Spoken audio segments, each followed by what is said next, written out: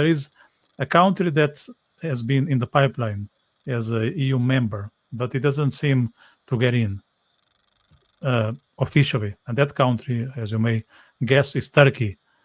Ugh. I would say you are not very much in favor of that. I'm not at all. I'm not in favor of the entrance of Turkey in the European Union for a very simple reason, because Turkey is not a democracy at all. It doesn't Yes. respect human rights standards. We are seeing right now what is happening in Istanbul. The Social Democrat mayor has been arrested because he's the main opposition leader to Erdogan. And that's a country that is far away from the values we all believe in. And I don't believe that putting Turkey in the European Union will stabilize this group of nations.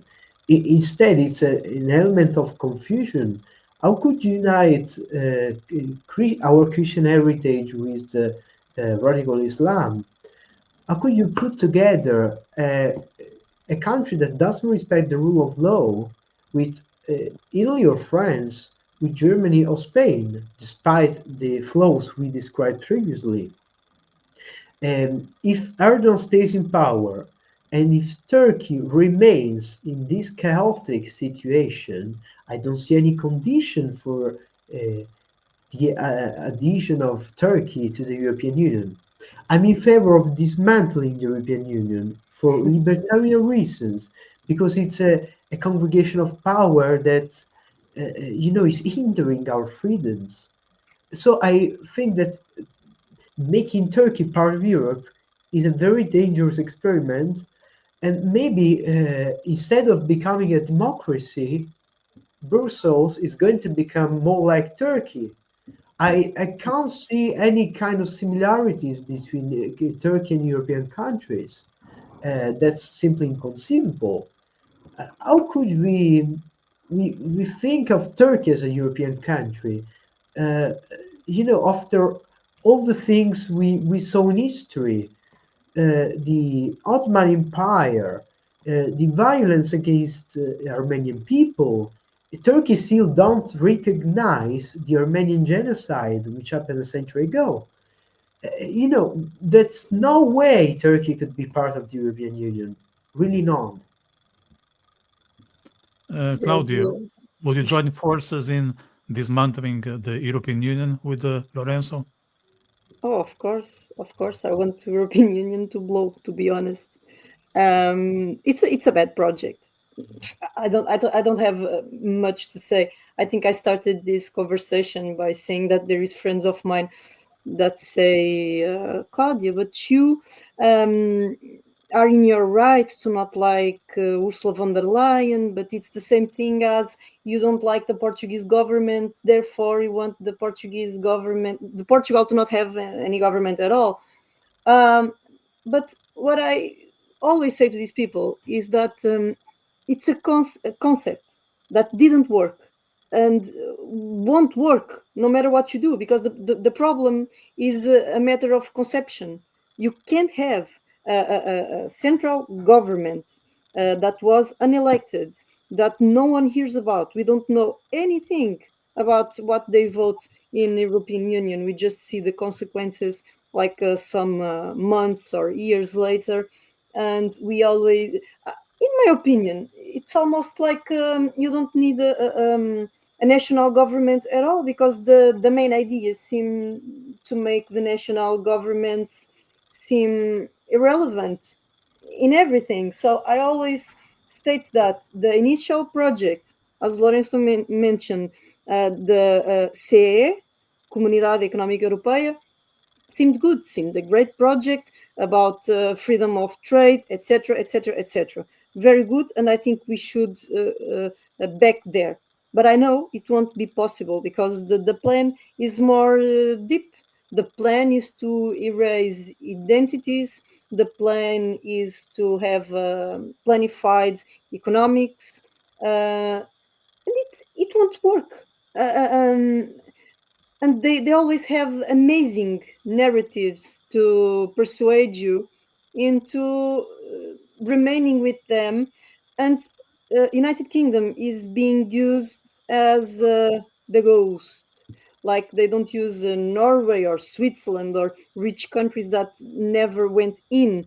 They use a country like if United Kingdom would be successful in this Brexit thing, so the risks for European Union to collapse because then there will be I don't know Paul exit, Frank's exit.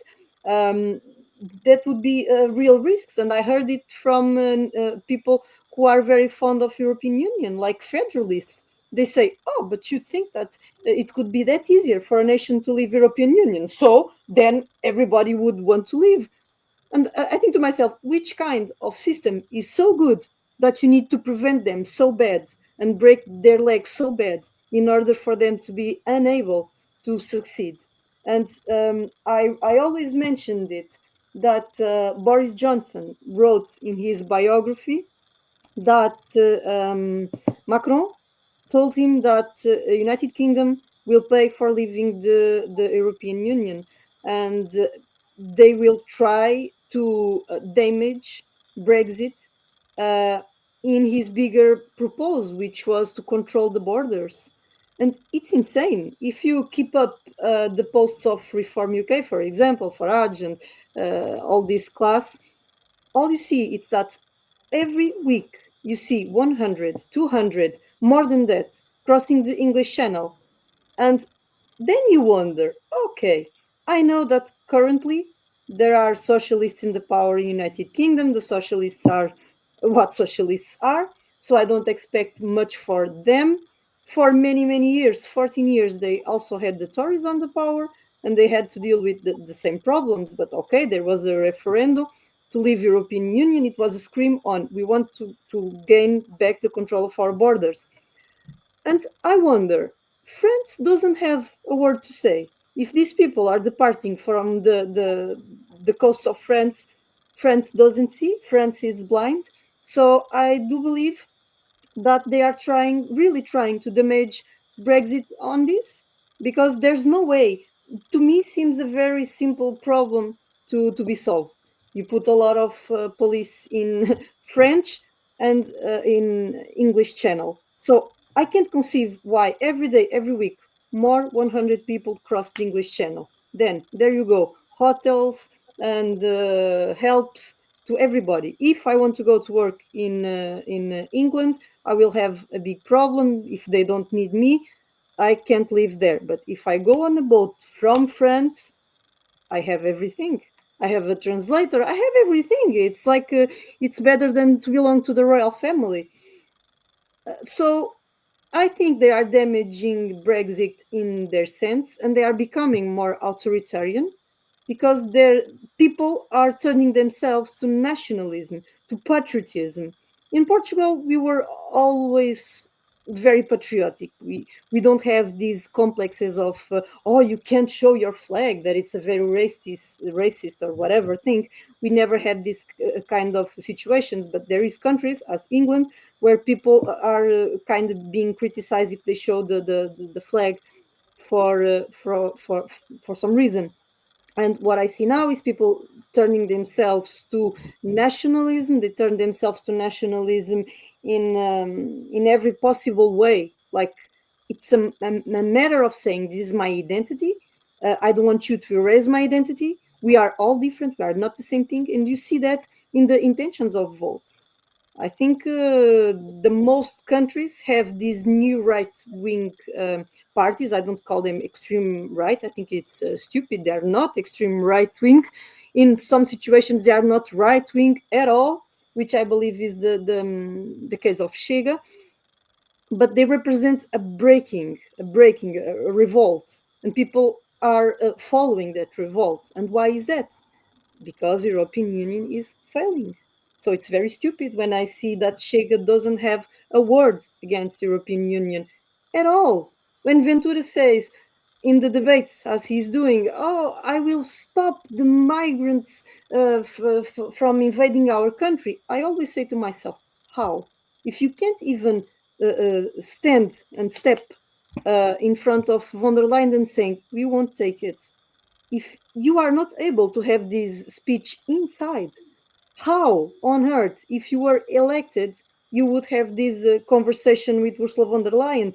He simply would not. And I believe that would be the case of some countries. So these decisions are not up to us anymore, are not even up to them. In the maximum, they are up to European not deputies, because as we know, the European deputies, they don't